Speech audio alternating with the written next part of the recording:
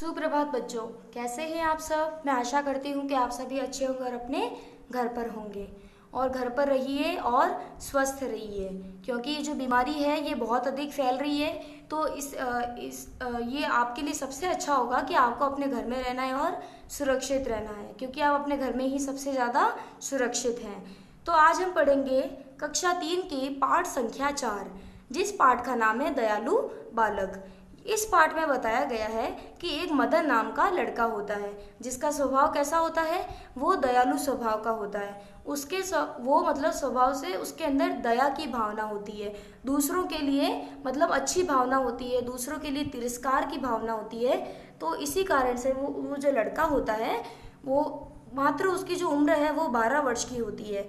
और इसमें बताया गया है कि वो किस प्रकार एक लड़के की मदद करता है। तो हम इस पाठ के माध्यम से पढ़ेंगे और जानेंगे कि वो लड़के की कैसे और किस प्रकार से मदद करता है। तो आप भी अपना पाठ निकाल लीजिए, पाठ 4 दयालु बालक, पेज नंबर 28। तो शुरू करते हैं हमारा पाठ। एक बालक था मदन, उसकी उम्र कोई 12 वर्ष की थी। वह 7वीं कक्षा में पढ़ता था। अब उसकी उम्र कितनी थी, 12 वर्ष की, और वो कौन सी क्लास में था, 7th क्लास में था। ठंड बहुत पड़ रही थी। बालक स्कूल जा रहा था कि उसके कान में आवाज़ पड़ी, बाबूजी दया करो, मेरी माँ बहुत बीमार है, कुछ मदद करो बाबूजी। अब जब वो स्कूल जा रहा होता है तो रास्ते में उसके कानों में एक आवाज़ आती है। एक लड़का बोलता है कि बाबूजी। बाबूजी वो किसको बोल रहे हैं, मदन को, कि दया करो, मेरी माँ बहुत बीमार है, कुछ मदद करो बाबूजी। आवाज़ सुनकर मदन रुक गया। उसने देखा कि उसी की उम्र का एक लड़का फटी कमीज और निक्कर पहने सड़क के एक तरफ खड़ा है और हर आने जाने वाले से ये प्रार्थना कर रहा है। यानी कि क्या प्रार्थना कर रहा है, कि मेरी माँ की मदद करो। यानी कि अब वो मदन रुकता है और उस उम्र के लड़के को देखता है तो वो सोचता है कि इस लड़के ने तो एक फटी सी कमीज पहन रखी है, यानी कि ऊपर चोला सा कुछ पहन रखा है और निक्कर पहन रखा है, और सड़क के किनारे खड़ा है और सबसे प्रार्थना कर रहा है। कोई भी उसकी ओर ध्यान नहीं दे रहा था। यानी कि वो मदन देख रहा है कि कोई भी उसकी ओर ध्यान नहीं दे रहा है। वो सबसे प्रार्थना तो कर रहा है, लेकिन कोई उसकी ओर ध्यान नहीं दे रहा। मदन उस लड़के के पास गया और उसके कंधे पर हाथ रखते हुए पूछा, क्या बात है, क्या तुम्हारी माँ बहुत बीमार है। यानी कि अब मदन उस बच्चे से पूछ रहा है, उस लड़के से पूछ रहा है, उसके कंधे पे हाथ रखते पूछता है कि क्या बात है, क्या तुम्हारी माँ बहुत ज़्यादा बीमार है। तो अब वो लड़का क्या जवाब देता है, देखते हैं।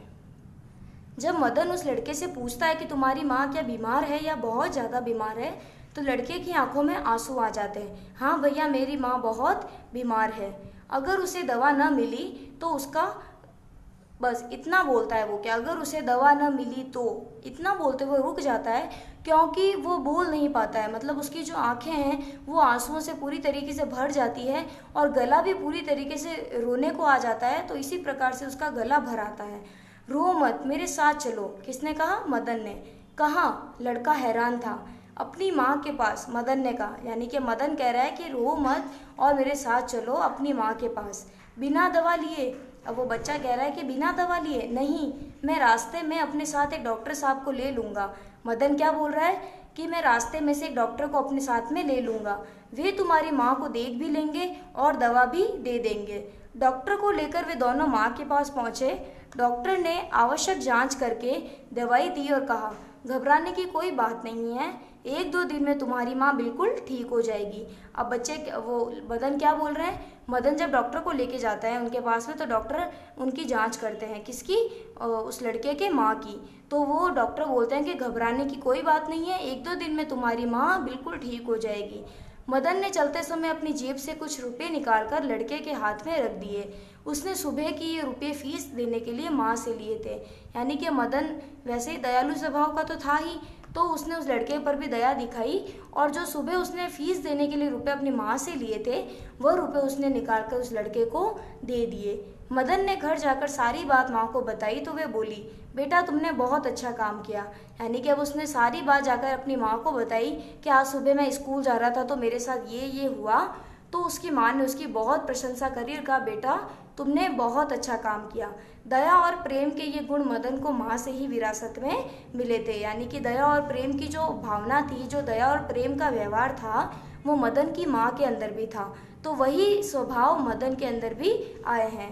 माँ ने कुछ रुपये और एक कंबल मदन को देते हुए कहा, बेटा बहुत ठंड पड़ रही है, जाओ ये रुपये और कंबल उस लड़के को दे आओ। अब मदन की माँ क्या बोलती है, मदन की माँ का स्वभाव ही दयालु स्वभाव है, तो वो एक कंबल और कुछ रुपये निकालती है और मदन को कहती है कि बहुत ठंड हो रही है, जाओ तुम ये रुपये और कंबल उस लड़के को देकर आओ, उस कंबल की उस लड़के को ज़रूरत होगी।